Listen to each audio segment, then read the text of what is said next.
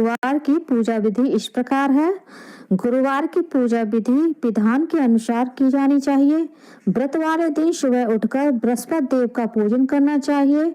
बृहस्पति देव का पूजन पीली वस्तुएं, पीले फूल, चने की दाल, मुनक्का, पीली मिठाई, पीले चावल और हल्दी चढ़ाकर किया जाता है।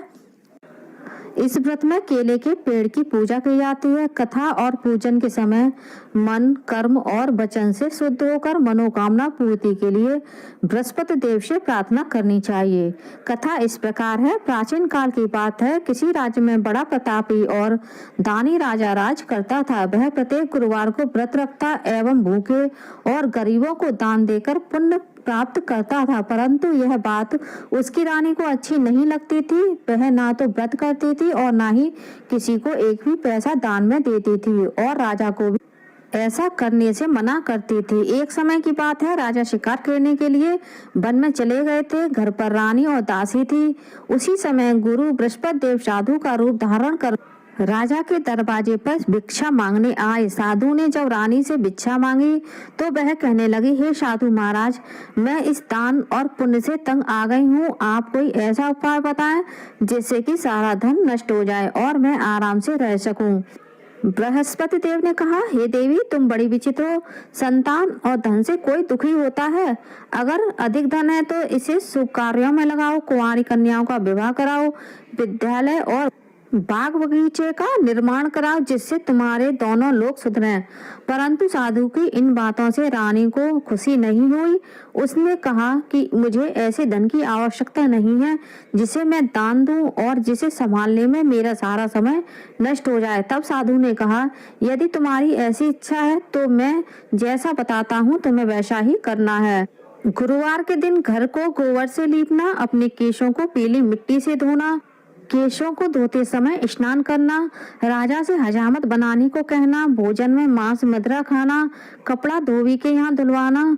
इस प्रकार 7 बृहस्पतिवार करने से तुम्हारा समस्त धन नष्ट हो जाएगा। इतना कहकर साधु रूपी बृहस्पति देव अंतर्ध्यान हो गए।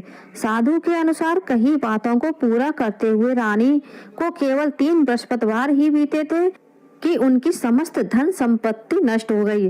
भोजन के लिए राजा का परिवार तरसने लगा। तब एक दिन राजा ने रानी से बोला कि हे रानी, तुम यहीं रहो, मैं दूसरे देश को जाता हूँ, क्योंकि यहाँ पर सभी लोग मुझे जानते हैं, इसलिए मैं कोई छोटा कार्य नहीं कर सकता। ऐसा कहकर राजा परदेश चला गया। वहाँ वह जंगल से लकड़ी काट कर लाता और शहर में बेचता। इस तरह वह अपना जीवन व्यतीत करने लगा। इधर राजा के परदेश जाते ही रानी और दासी दुखी रहने लगी। एक बार जब रानी और दासी को 7 दिन तक भोजन बिना रहना पड़ा तो रानी ने अपनी दासी से कहा, हे दासी, पास ही के नगर में मेरी बहन रहती है, वह बड़ी धनवान है, तू उसके पास जा और कुछ ले आ ताकि थोड़ी बहुत गुजर बसर हो जाए। दासी रानी की बहन के पास गई। उस दिन गुरुवार था और रानी की बहन उस समय बृहस्पतिवार व्रत की कथा सुन रही थी। दासी ने रानी की बहन को अपनी रानी का संदेश दिया, लेकिन रानी की बड़ी बहन ने कोई उत्तर नहीं दिया। जब दासी को रानी की बहन से कोई उत्तर नहीं मिला तो वह बहुत दुखी हुई और उसे क्रोध भी आया। दासी ने वापस आकर रानी को सारी बातें बता दी। सुनकर रानी ने अपने भाग्य को कोसा। उधर रानी की बहन ने सोचा कि मेरी बहन की दासी आई थी, परंतु मैं उससे नहीं बोली, इससे वह बहुत दुखी हुई होगी। कथा सुनकर और पूजन समाप्त करके वह अपनी बहन के घर आई और कहने लगी, हे बहन, मैं बृहस्पतिवार का व्रत कर रही थी, तुम्हारी दासी मेरे घर आई थी, परंतु जब तक कथा होती है तब तक ना तो उठते हैं और ना ही बोलते हैं, इसलिए मैं नहीं बोली। कहो दासी क्यों गई थी? रानी बोली, बहन, तुमसे क्या छुपाऊं, हमारे घर में खाने तक को अनाज नहीं था।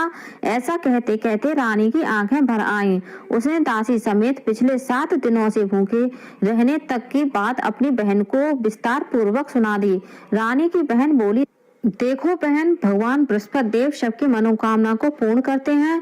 देखो, शायद तुम्हारे घर में अनाज रखा हो। पहले तो रानी को विश्वास नहीं हुआ, पर बहन के आग्रह करने पर उसने अपनी दासी को अंदर भेजा तो उसे सचमुच अनाज से भरा हुआ एक घड़ा मिल गया। यह देखकर दासी को बड़ी हैरानी हुई। दासी रानी से कहने लगी, हे रानी, जब हमको भोजन नहीं मिलता तो हम व्रत ही तो करते हैं, इसलिए क्यों ना इनसे व्रत और कथा की विधि पूछ ली जाए ताकि हम भी व्रत कर सकें। तब रानी ने अपनी बहन से बृहस्पतिवार व्रत के बारे में पूछा। उसकी बहन ने बताया, बृहस्पतिवार के व्रत में चने की दाल और मुनक्का से विष्णु भगवान का केले की जड़ में पूजन करें तथा दीपक जलाएं, व्रत की कथा सुने और पीला ही भोजन करें। इससे बृहस्पति भगवान प्रसन्न होते हैं।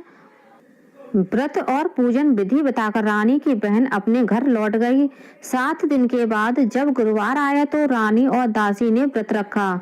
घुड़साल में जाकर चना और गुड़ लेकर आई, फिर उससे केले की जड़ में विष्णु भगवान का पूजन किया। अब पीला भोजन कहाँ से आए, इस बात को लेकर दोनों बहुत दुखी थी। चूंकि उन्होंने व्रत रखा था इसलिए बृहस्पति देव उनसे प्रसन्न थे, इसलिए वे एक साधारण व्यक्ति का रूप धारण कर 2 थालों में सुंदर पीला भोजन दासी को दे गए। भोजन पाकर दासी प्रसन्न हुई और फिर रानी के साथ मिलकर भोजन ग्रहण किया। उसके बाद वे सभी गुरुवार को व्रत और पूजन करने लगे। बृहस्पति देव भगवान की कृपा से उनके पास फिर से धन संपत्ति आ गई, परंतु रानी फिर से पहले की तरह आलस्य करने लगी। तब दासी बोली, देखो रानी, तुम पहले भी इस प्रकार आलस्य करती थी, तुम्हें धन रखने में कष्ट होता था, इस कारण सभी धन नष्ट हो गया, और अब जब भगवान बृहस्पति की कृपा से धन मिला है तो तुम्हें फिर से आलस्य होता है। रानी को समझाते हुए दासी कहती है कि बड़ी मुसीबतों के बाद हमने यह धन पाया है, इसलिए हमें दान पुण्य करना चाहिए, भूखे मनुष्यों को भोजन कराना चाहिए और धन को शुभ कार्यों में खर्च करना चाहिए, जिससे तुम्हारे कुल का यश बढ़ेगा, स्वर्ग की प्राप्ति होगी और पितृ प्रसन्न होंगे। दासी की बात मानकर रानी अपना धन शुभ कार्यों में खर्च करने लगी, जिससे पूरे नगर में उसका यश फैलने लगा। फ्रेंड्स, आप लोगों को मेरा ये वीडियो कैसा लगा कमेंट करके जरूर बताइएगा और आप मेरे चैनल को सब्सक्राइब कर लीजिए, वीडियो को ज्यादा से ज्यादा लाइक कीजिए, शेयर कीजिए, साथ ही बेल आइकन को प्रेस कर दीजिए ताकि मेरी आने वाली सारी वीडियो की नोटिफिकेशन आप लोगों को टाइम से मिल सके। बोलिए बृहस्पति भगवान की जय, गुरु भगवान की जय।